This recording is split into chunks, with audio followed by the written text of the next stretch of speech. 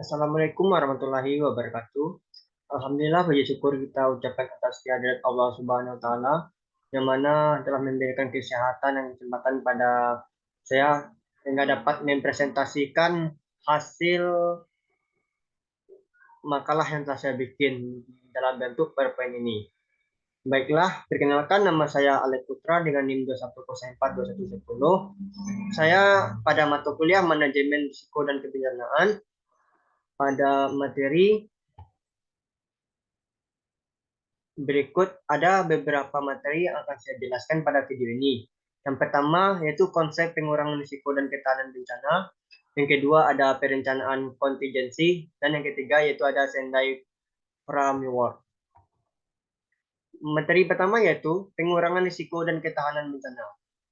Dikutip dari John Twigg mengatakan bahwasanya pengurangan risiko bencana itu diartikan sebagai sebuah pendekatan sistematis untuk mengidentifikasi, menilai, dan mengurangi risiko bencana. Pengurangan risiko bencana atau disebut dengan PRB itu bertujuan untuk mengurangi kerentanan sosial ekonomi terhadap bencana sekaligus menyiasati bahaya lingkungan serta bahaya lain yang memicunya. Berikutnya, menurut Jonathan Lassa dan kawan-kawan menjelaskan bahwa pengurangan risiko berbasis komunitas adalah sebuah pendekatan yang mendorong komunitas untuk mengelola bencana di tingkat lokal. Upaya tersebut memerlukan interpretasi masyarakat dalam menganalisis segala risiko bencana yang ada di wilayahnya, menentukan prioritas penanganan, merencanakan kegiatan pengurangan risiko bencana, sampai dengan mengevaluasi kinerjanya sendiri dalam upaya pengurangan risiko bencana tersebut. Berikutnya, ketahanan bencana. Ketahanan bencana atau biasa disebut dengan disaster resilience itu mengacu pada kemampuan suatu sistem, masyarakat atau entitas untuk menghadapi, beradaptasi, dan pulih dari dampak bencana secara efektif. Sementara itu, menurut Undang-Undang Nomor 24 Tahun 2007 tentang penanganan risiko bencana mengatakan bahwa ketahanan bencana itu diartikan sebagai kondisi aman dan terlindungi dari ancaman bencana serta kemampuan suatu sistem untuk menahan gangguan bencana dan tetap berfungsi secara normal sehingga kehidupan masyarakat dapat berlangsung seperti biasa. Berikut ada beberapa komponen utama ketahanan bencana. Yang pertama yaitu ada kesiapsiagaan, kedua ada ketahanan fisik, yang ketiga ketahanan sosial, yang keempat ketahanan ekonomi, dan yang kelima yaitu ketahanan kelembagaan. Berikutnya yaitu perencanaan kontingensi. Menurut UNISDR, perencanaan kontingensi itu suatu proses manajemen yang menganalisis kejadian potensial tertentu atau situasi yang timbul yang mungkin mengancam masyarakat dan lingkungan dan menyusun pengaturan di muka untuk memungkinkan tanggapan yang tepat waktu, efisien, dan patut terhadap kejadian atau situasi seperti itu. Berikutnya menurut IASC, yaitu perencanaan kontingensi itu proses membentuk tujuan, pendekatan, dan prosedur program untuk menanggapi situasi atau kejadian yang cenderung terjadi, yang meliputi upaya mengidentifikasi kejadian serta mengembangkan skenario yang mungkin dan rencana yang patut untuk menyiapkan diri terhadap dan menanggapi kejadian itu secara efektif.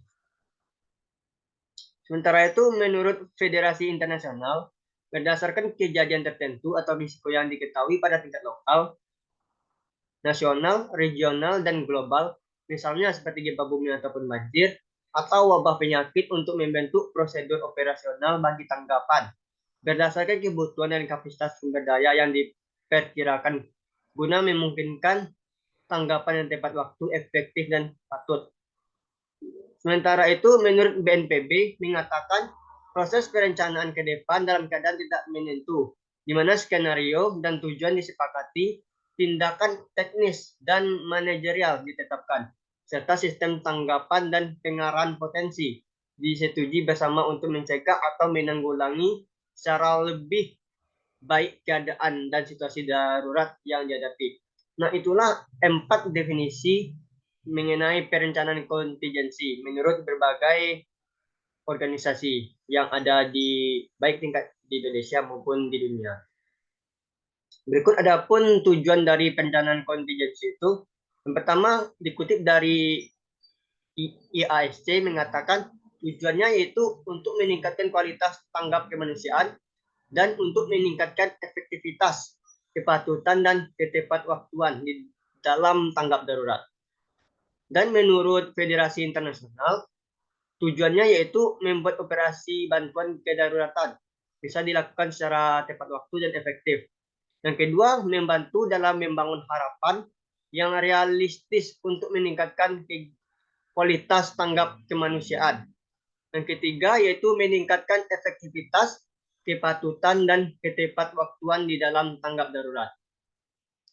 Sementara itu, menurut BNPB, adapun tujuannya yaitu yang pertama, untuk memaksimalkan pemakaian sumber daya dan atau potensi masyarakat dalam menangani bencana atau kedaruratan.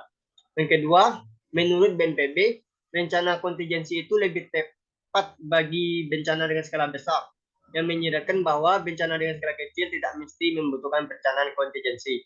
Karena di sini menurut BNPB sendiri, bencana dengan skala lebih kecil itu sudah ada tahapannya sendiri gitu dalam mengatasi bencana yang ada. Berikut yaitu proses penyusunan perencanaan kontingensi.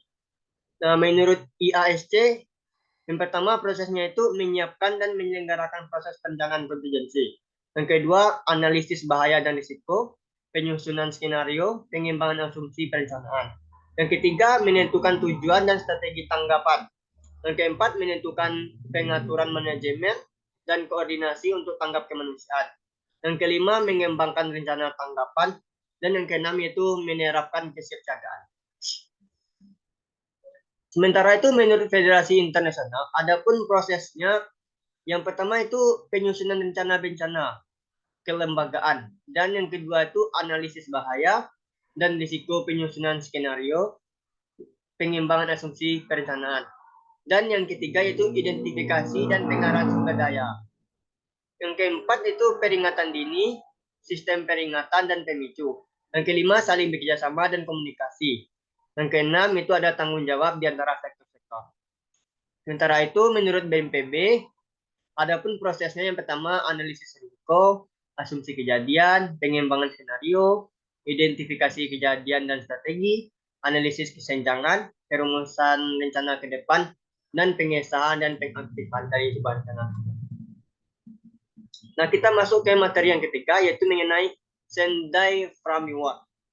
Nah, di sini kita akan membahas mengenai Sendai Framework for Disaster Risk Reduction sebagai sebuah perjanjian internasional. Nah, di sini Sendai Framework itu merupakan sebuah perjanjian internasional yang dimana diadopsi dan disepakati oleh 187 negara dalam konferensi pengurangan risiko bencana Persatuan Bangsa-Bangsa ketiga pada 18 Maret 2015 di Sendai, Miyagi, tepatnya di negara Jepang. Nah, kerangka kerja ini disusun untuk HFA, Hugo Framework for Action, yang telah berakhir di 2005 dengan membuat berbagai inovasi dengan konsultasi dan negosiasi tentunya dari berbagai negara. Nah, adapun tindak lanjut dari kerangka kerja Sendai ini, dilakukan oleh Jepang dan negara-negara ASEAN dengan disepakatinya Revised Implementation Plan of Division Statement on ASEAN-Japan's Friendship and Cooperation, Shared Vision, Shared Identity, Shared Future, yang salah satu fokus kerjasamanya yaitu dalam penanggulangan bencana, tanggap darurat, dan pengurangan kerugian akibat bencana berdasarkan SFDRR ini. Nah, Sendai Framework ini termasuk dalam kategori perjanjian internasional. Kenapa? Hal ini karena pernyataan sepakat dari para negara meskipun dalam bentuk panduan atau guideline yang bersifat umum untuk melakukan pencegahan dan pengurangan risiko bencana. Nah, di mana kerangka kerja ini merupakan kesepakatan sukarela dan tidak mengikat secara yuridis atau non-legal binding, sehingga tidak ada konsekuensi hukum yang timbul bagi negara anggota yang tidak menerapkan atau menaati kerangka kerja Sendai ini. Nah, adapun 7, target global yang terdapat dalam Sendai Framework tersebut. Pertama yaitu mengurangi kematian akibat bencana global hingga rata-rata per 100.000 tingkat kematian pada tahun 2020 sampai 2030. Yang kedua yaitu mengurangi jumlah orang yang terkena dampak global hingga rata-rata 100.000 pada tahun 2030. Yang ketiga itu mengurangi kerugian ekonomi akibat bencana dalam kaitannya dengan produk domestik bruto atau PDB secara global pada tahun 2030. Berikutnya yaitu mengurangi kerusakan infrastruktur akibat bencana dan gangguan layan dasar lainnya. Nah, yang kelima yaitu meningkatkan jumlah negara dengan strategi dan rencana pengurangan risiko bencana nasional dan lokal pada tahun 2020, meningkatkan kerjasama internasional dengan negara-negara berkembang untuk mendukung dan memadai keberlanjutan tingkat kerangka dari kerangka kerja ini hingga pada tahun 2020. Dan yang terakhir targetnya yaitu meningkatkan ketersediaan dan akses ke sistem peringatan dini atau multi bahaya dan informasi atas risiko bencana kepada orang-orang pada tahun 2030. Nah, adapun 4 prioritas untuk aksi SFDRR ini. Yang pertama itu memahami risiko bencana melalui kebijakan berdasarkan pemahaman terkait kerentanan, kapasitas, karakteristik bahaya, dan lingkungan. Yang kedua yaitu penguatan tata kelola risiko dengan mendorong kerjasama antar lembaga untuk pelaksanaan mekanisme pengurangan risiko bencana atau PRB dengan strategi dan rencana tugas di semua sektor. Yang ketiga yaitu investasi PRB untuk resiliensi dengan dilakukannya investasi publik dan swasta untuk tindak struktural dan non-struktural dalam meningkatkan ketahanan dan pendorong inovasi. Dan yang keempat yaitu meningkatkan kesiapsiagaan bencana untuk respon yang efektif dan untuk membangun kembali dengan lebih baik dalam pemulihan, rehabilitasi, dan rekonstruksi. Nah, mungkin sekian penjelasan presentasi materi yang dapat saya lakukan. Jika ada kesalahan, saya mohon maaf. Sudah dengan wassalamualaikum warahmatullahi wabarakatuh.